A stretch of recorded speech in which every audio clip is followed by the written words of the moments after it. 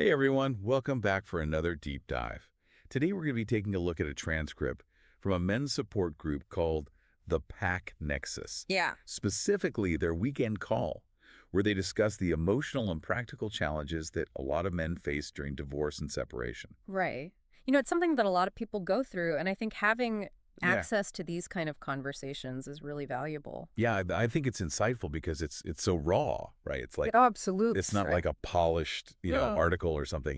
It's just real guys talking about real stuff. Exactly. It's that authentic experience that you don't always get to hear. Totally. Yeah. So Yeah. as we go through this transcript, what we want to do is kind of pull out what we think are the most salient points, Mm. the helpful advice, and maybe also flag some things where professional guidance might be a good idea, Yeah. We always want to reiterate that we are not therapists. right? We are not legal experts. Right. This is really about, exploring the shared experiences of others and maybe prompting some reflection for our listeners who might be going through something similar. Yeah. So think of this as like a really helpful conversation between friends Right. who've been there, done that, and want to share what they've learned. Absolutely. So Yeah. let's dive in. The first voice we hear in this transcript is Harrison. Okay. He's clearly struggling. Yeah. Like his divorce is recent. He's got this trip coming up with his sons, and you can just feel that weight, of everything just crashing down. It's that feeling of being lost in a fog, isn't it? It's like not just sadness, Yeah. but confusion, Mm. lack of direction, Mm. and even like a dip in self-confidence, which is something we see a polite- lot after these big life changes. Yeah. Especially when it involves, the breakdown of a relationship that was such a core part of your identity. The rug has been pulled out, and, Yeah. he even says he feels stuck. He wants reconciliation, even though he's hurting. And it just makes you wonder if there's a part of him that's still clinging to that old vision of what his life was, even if it wasn't entirely healthy. It reminds me of that concept of ambiguous grief, when Right. something isn't completely gone. So in Harrison's case, the legal process of divorce might be over, but the emotional separation, that letting go of that shared life, Right. is still very much a work in progress. Yeah. And then on top of all of that, he's got these very real Oh, yeah. financial anxieties, Mm. He talks about potentially having to pay alimony until he's 67, of thought of selling his home, maybe even relocating. Like, that's just a mountain of Right. stuff to deal with on top of everything else. And, we have to acknowledge those practical concerns as valid stressors Oh, for sure. because they can absolutely amplify those feelings of overwhelm and Yeah. make it harder to focus on emotional healing. For sure. So he's in this really vulnerable space. Yeah. And the guys in the group start offering advice. Yeah. And one of the things that keeps coming up is this focus on small wins. Okay. It's all about finding a sense of control. Yeah. By taking these achievable actions, Mm-hmm. even something as basic as getting out of bed and taking a walk. It sounds simple, Right. but there's actually a real psychological basis for this.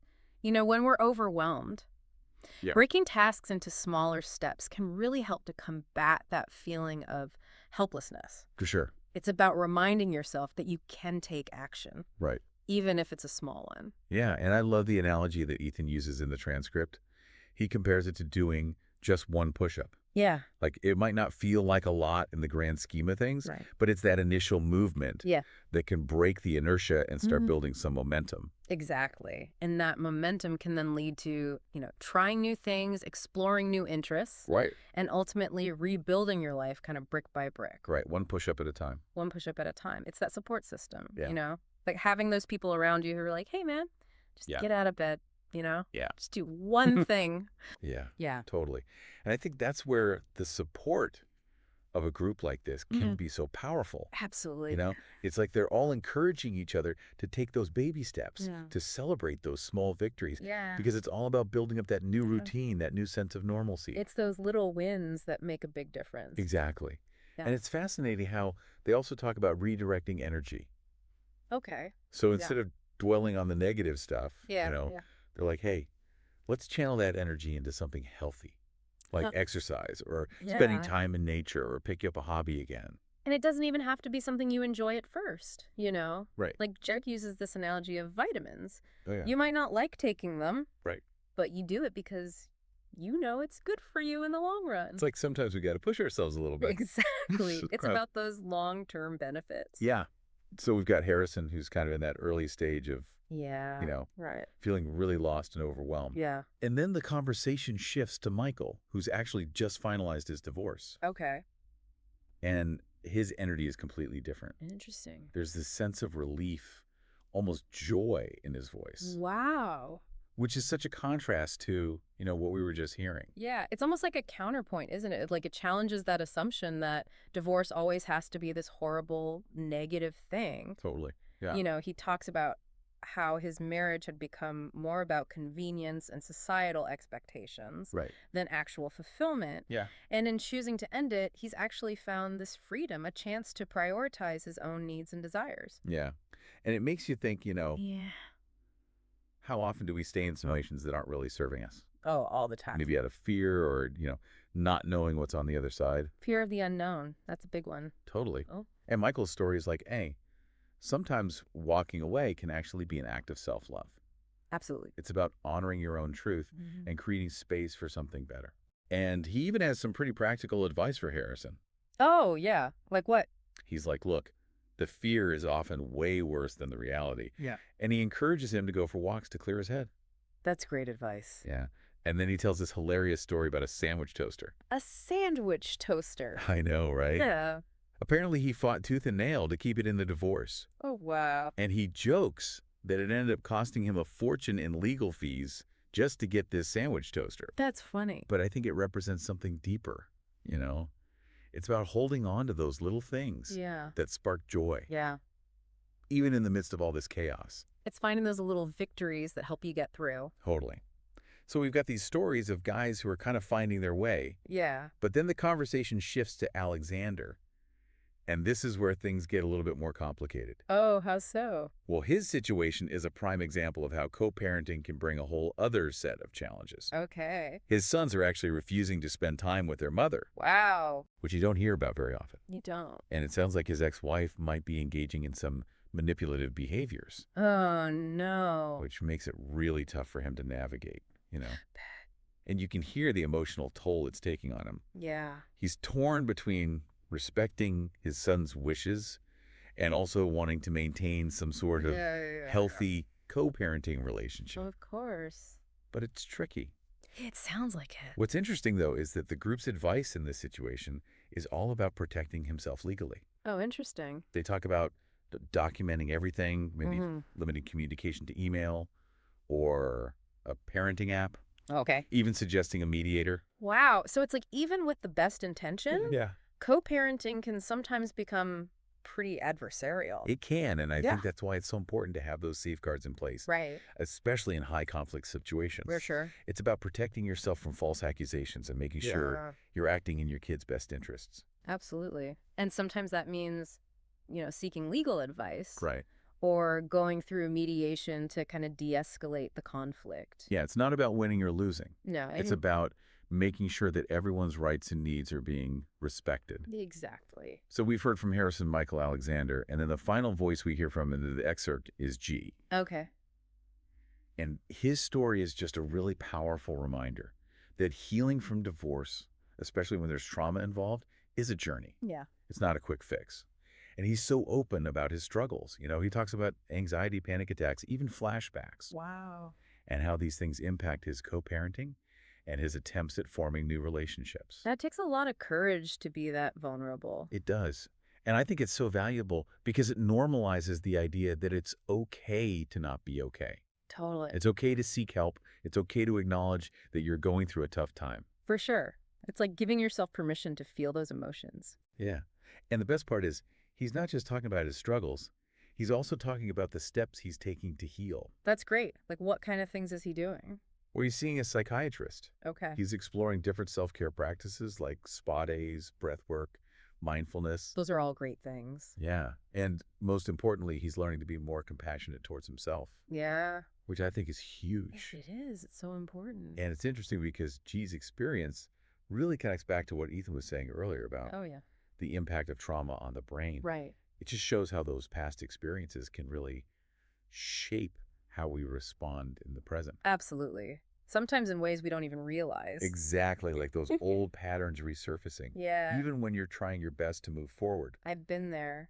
And he even talks about this recent setback with his girlfriend who wasn't quite prepared for the complexities of Right. dating someone with a child and, dealing with past trauma. That must have been really hard for him. It was.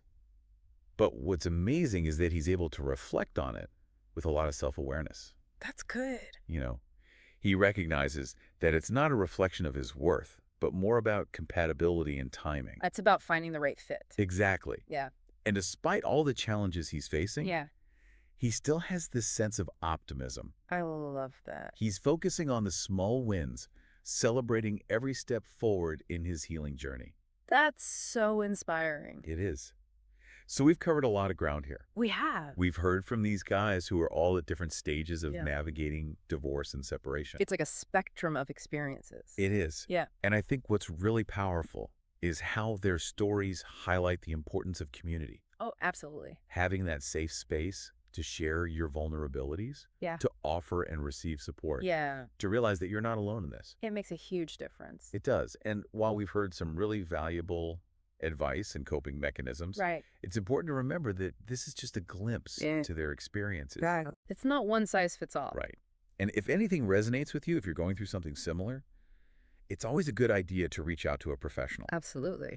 Sure. A therapist or a counselor who can provide more personalized support. They can give you the tools and guidance you need. Totally. Yeah. So before we wrap up, I'd love to hear your thoughts. Okay. What stood out to you the most in these conversations? Well, so many things, but I think what really struck me was just how important self-compassion is. Oh, yeah.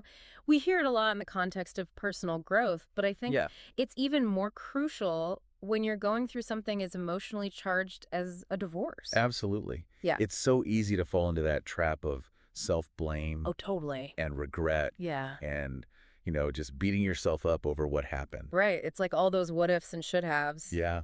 And I think these guys' stories really remind us Yeah. that we need to be kind to ourselves, Absolutely. to acknowledge that we're doing the best we can with the hand we've been dealt. It's about giving yourself grace, Totally. And it's not about ignoring the pain No. or pretending that everything's okay. Right. It's about acknowledging those difficult emotions, Yes. allowing ourselves to grieve the loss of the relationship, Sure. and then slowly but surely taking steps toward healing and rebuilding. It's a process. It is. Yeah. And sometimes it's a messy process, Oh, for sure.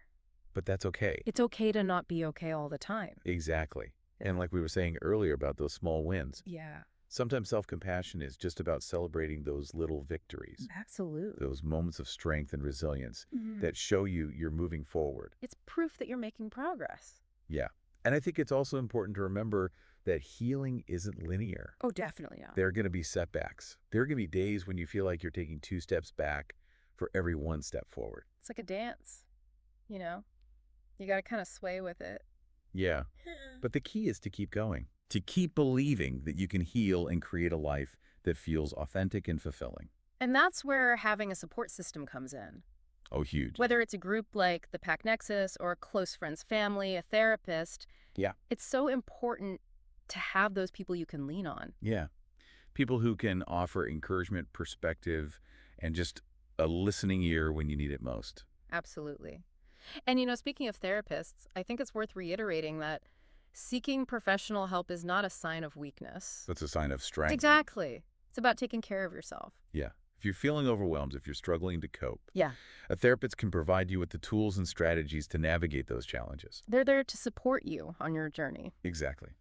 So as we wrap up our deep dive into this really insightful conversation from the Pack Nexus, Yeah. what's the one thing you want our listeners to take away from this?